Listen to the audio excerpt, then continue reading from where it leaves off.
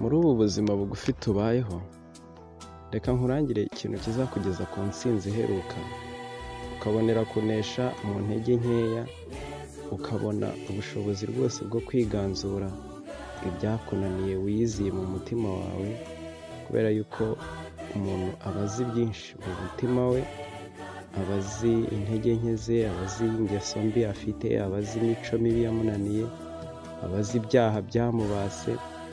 Rero muri ubu buzima bugufi tubayemo, dore ko tutamara n'igihe kinini, reka nkurangire ikintu cyagufasha cyane, ndetse Imana yaturangiye kuko yo izi neza uko tumeze n'icyo dukeneye.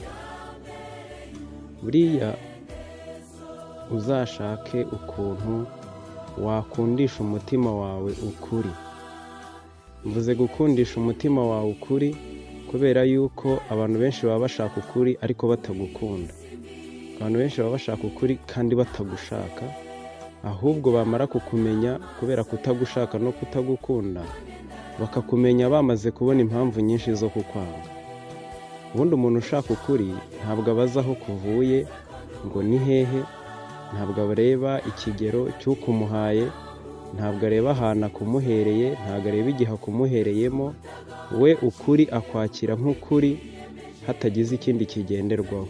Ariko abantu benshi banga ukuri bitewe n'uko kwavuzwe n'abo badakunda, kwavuzwe n'abo badashaka, kwavuzwe n'abo baruta imyaka, abo barusha amashuri.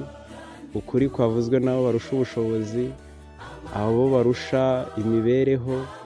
Ukuri kutavuzwe n'abasengana nawe ntakwemere, ukuri kutavugwa n'abamuyobora ntakwemere, ukuri kutavugwa n'abantu bose yashyizeho icyitegererezo kuba aribo bamutangariza ukuri ntakwemere, ukuri kutavuye mu gihugu cye ntakwemere, ukuri kutavuye muri bene wabo, ukuri kutavuye ku babyeyi, ukuri kutavuye mu bo biganye, ukuri kutavuye ku bize amasiyanse, uko kuri ntikwemerwe. Hanyuma ukuri kuvuye wenda mu mukene, ukuri kuvuye mu mwana, ukuri kuvuye mu muntu utarize amashuri menshi, mu njiji mu by'amashuri, uko kuri ntikwakirwe kandi ntikwemerwe. Umuntu ushakira ukuri muri izo nzira wese rero, cyangwa wakwemeye biciye muri izo nzira wese, ntabwo afite ukuri kwamukiza.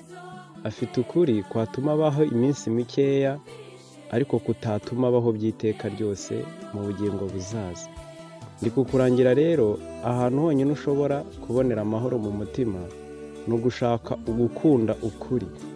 Ukuri ukagukunda wowe, ukagukunda kuko ari ukuri, ntugukunde kuko kwakurikiwe na benshi, ntugukunde kuko batagukurikiye, ntukwange kuko batagukunze, batagukurikiye.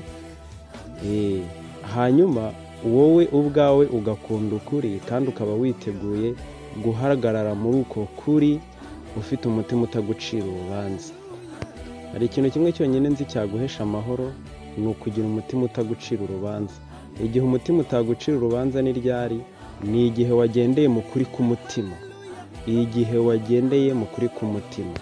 Mu mutima wawe rero ujye uhatinda cyane, uhabaze amakuru yaho, kuko niho hahindanye, ni naho hagomba guhumanurwa, hakegurirwa Imana. Igihe Imana isaba umuntu ubutunzi bwe, ikamusaba igihe cye, ikamusaba n'ibindi byinshi, ntabwo bishobora kuyinyura nubwo wayibiha wirengagije kuyiha umutima. Ahubwo ibiramambo wayiha umutima nubwo ibindi bintu byose byabura cyangwa waba utabifite, kubera ko mu mutima niho imigambi mibi icurirwa, niho ibyifuzo bibi bibera, niho ubugome buba, niho ishyari riba, niho urwango ruba, niho ubuhehesi buba, n'icumbi Satani yafashe hanyuma araryanduza.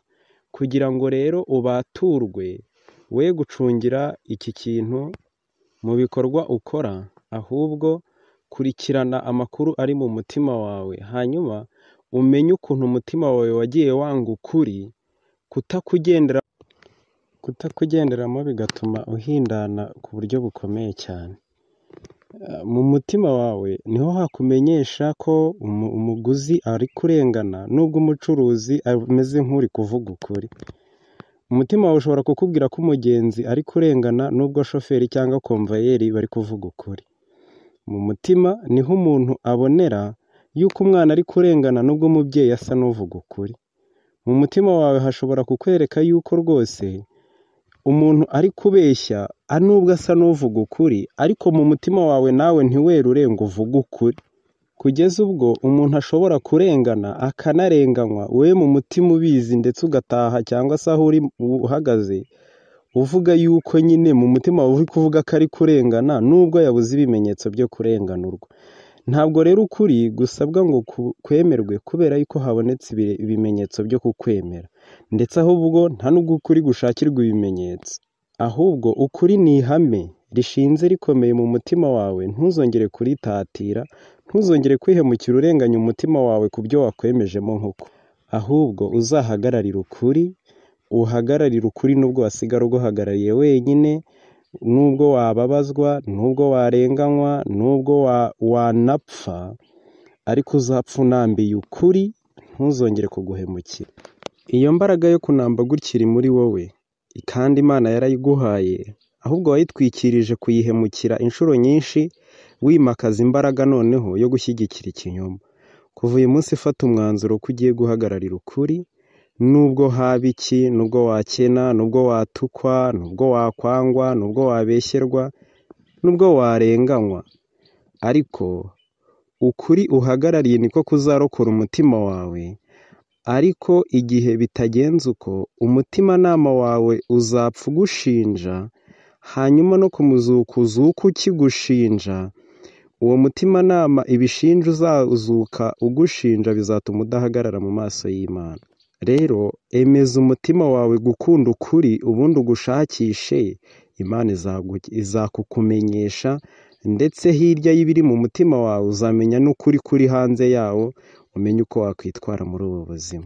Imana igufashe kandi iguhe umugisha wo guhitamo ukuri mu izina rya Yesu.